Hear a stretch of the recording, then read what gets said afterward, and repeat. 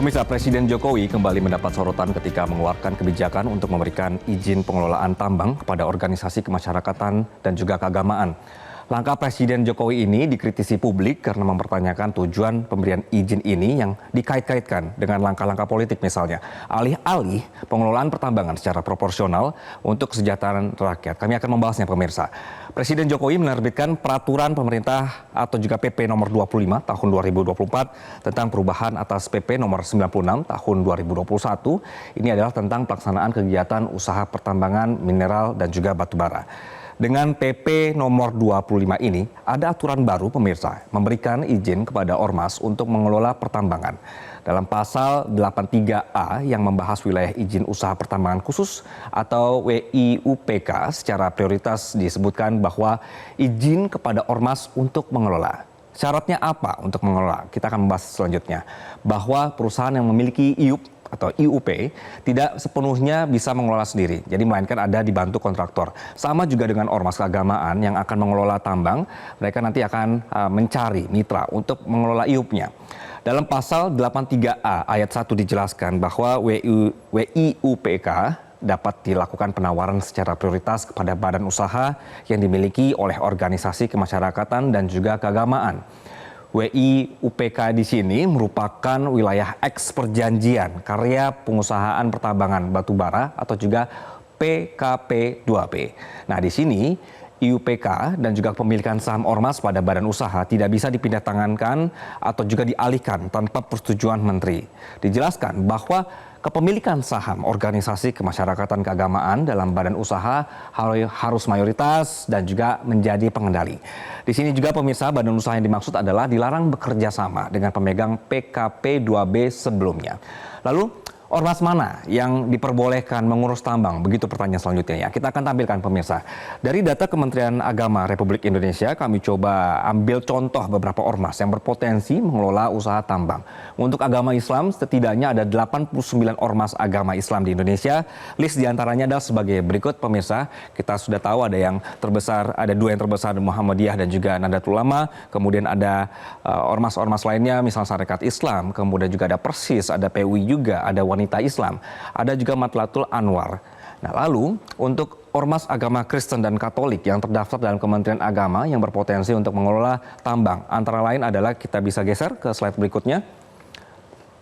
Nah, ini adalah untuk dari ormas untuk Kristen dan juga Katolik, ada PGI, PGLII, ada PGPI, kemudian juga ada HKBP dan juga PGTI. Lalu juga ada keagama berikutnya, ada Buddha dan juga Hindu yang juga punya ormasnya, ada Majelis Budayana Indonesia, ada Yayasan Lumini, kemudian juga ada PHDI, ada WHDI. Ini juga bagian dari ormas-ormas yang terdata di pemerintah. Dan yang terakhir adalah agama Konghucu yang juga mempunyai ormas Matakin yang juga ini berpotensi untuk ikut serta dalam kebijakan presiden yang sudah memberikan izin kepada ormas untuk mengelola pertambangan. Nah, kembali ke soal kontroversinya pemirsa, bahwa publik menyoroti untuk apa sebenarnya pemerintah memberikan izin ke ormas, bukannya ke lembaga yang benar-benar paham pengelolaan tambang. Inilah kemudian yang dikritik oleh Ketua Umum Ahli Pertambangan Indonesia Rizal Kasli yang menyebutkan bahwa hal ini dinilai bertentangan dengan Undang-Undang Nomor 3 Tahun 2020 atau Undang-Undang Minerba yang mensyaratkan relinquishment PKP2B yang akan diprioritaskan untuk dilelang kepada BUMN atau juga BUMD. Jadi menurutnya dalam Undang-Undang Minerba, apabila BUMN dan BUMD tidak berminat, baru bisa dipersilahkan pada pihak swasta, di mana ormas ini termasuk dalam golongan swasta. Jadi tidak bisa langsung diberikan kepada ormas tanpa lelang. Dan dalam proses lelang ini ada hak negara berupa PNBP dari KDI atau kompensasi data dan juga informasi. Rizal Kasli juga menjelaskan apabila lelang penawaran IUP tidak dilakukan, maka bisa menyebabkan adanya potensi kerugian negara. Di samping itu, dikhawatirkan PP ini bisa menjadi polemik dan ada kemungkinan diajukan judicial review oleh masyarakat. Sebenarnya seberapa siapkah ormas keagamaan dalam mengelola pertambangan dan mineral ini? Jadi kalau dari pemerintah tadi sudah memberikan, ada peraturan ya pemirsa untuk memberikan izinnya. Dari ormasnya sendiri seperti apa? Apakah sudah mampu untuk mengelolanya? Kami akan membahasnya bersama Ketua PP Muhammadiyah Anwar Abbas. Assalamualaikum Pak Abbas. Waalaikumsalam warahmatullahi wabarakatuh. Baik, Pak Abbas, terima kasih atas waktunya. Yang pertama adalah Dari Muhammadiyah sendiri responsnya seperti apa Pak dengan kebijakan pemerintah ini? Ya, tentu saja Muhammadiyah menyambut gembira ya adanya keputusan Presiden yang sudah dituangkan dalam bentuk SK bahwa pemerintah akan memberikan kesempatan kepada ormas-ormas keagamaan untuk mengelola izin usaha pertambangan khusus. Saya rasa betul. Begitu, berarti memang disambut baik juga oleh Muhammadiyah begitu ya Pak? Ya, saya rasa ini adalah sebuah opportunity, sebuah peluang ya bagi ormas-ormas keagamaan untuk juga bisa terjun di dalam mengelola dunia usaha pertambangan.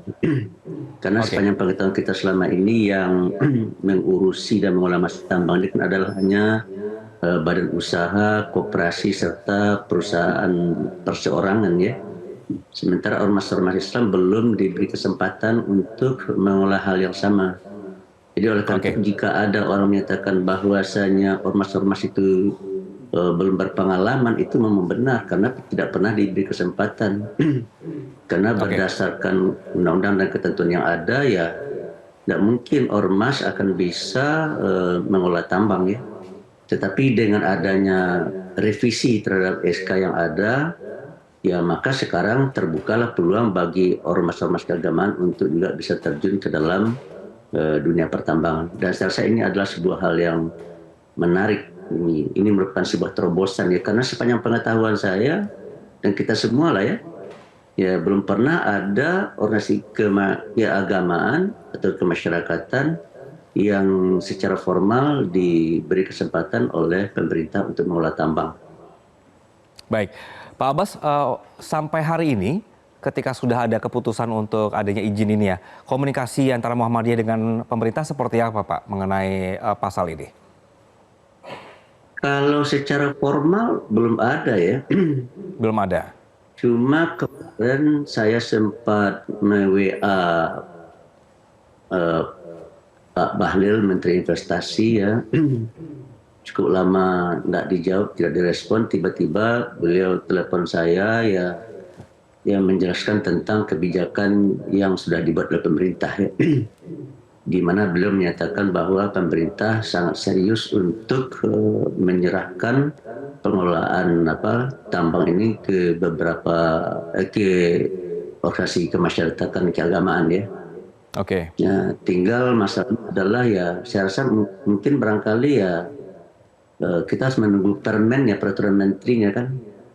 Dan saya belum pernah melihat peraturan menteri apakah sudah ada atau belum. Jadi kalau seandainya belum ada peraturan menterinya ya kita belum bisa berbuat apa-apa juga gitu ya. Apakah misalkan dari perspektif Muhammadiyah nih, apakah benar Muhammadiyah akan ditunjuk untuk mengelola tambang atau tidak? Kalau belum ada peraturan menterinya atau belum ada keputusan tentang itu gitu.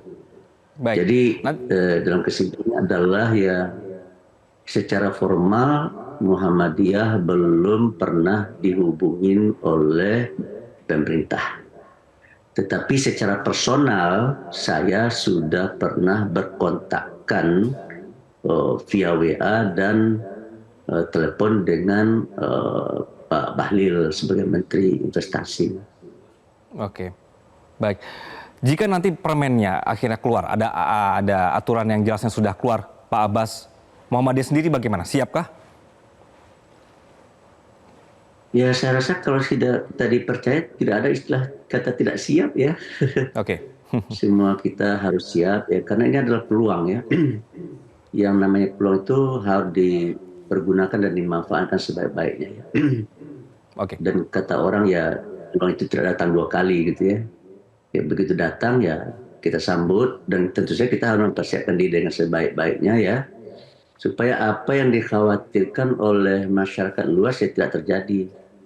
Misalkan sebagai contoh yang agak bernuansa politik ya, misalkan ada orang menyatakan bahwasanya dengan adanya pemberian kesempatan mengolah tambang ini ya nanti ormas-ormas masyarakatan dan keagamaan akan dibungkam oleh pemerintah gitu ya. Nah, kita terus terang saja ya mendengar eh, sinyal-sinyal yang disampaikan oleh para pengamat ya. Dan tentu saja kita ya tidak mau ya kalau seandainya hal-hal seperti itu terjadi ya. Tapi saya yakin dan percaya ya bahwa pemerintah memberikan kesempatan kepada ormas-ormas keagamaan ini untuk mulai tidak ada maksud untuk membungkam ya. Yang lebih kental muatannya dalam penafsiran saya ini adalah bagaimana caranya ya memberdayakan masyarakat, karena sesuai dengan pasal 33 Undang-Undang 45 itu di sana kan menyatakan bahwa bumi, air dan segala apanya dikuasai oleh negara untuk sebesar-besar kemakmuran rakyat ya. Jadi pasal 33 itu mengamanatkan kepada pemerintah supaya sumber daya alam yang ada itu supaya dikelola dengan sebaik-baiknya agar sebesar-besar kemakmuran rakyat bisa terwujud. Dan selama ini mediumnya adalah hanya dikelola oleh badan usaha, oleh koperasi, oleh perusahaan perseorangan gitu kan. Jadi yang bisa menikmatinya itu adalah badan usaha, koperasi, serta individu. Oke. Nah, bagaimana halnya dengan organisasi keagamaan yang sudah banyak berperan ya, ini nampaknya ya selama ini belum terperhatikan gitu ya.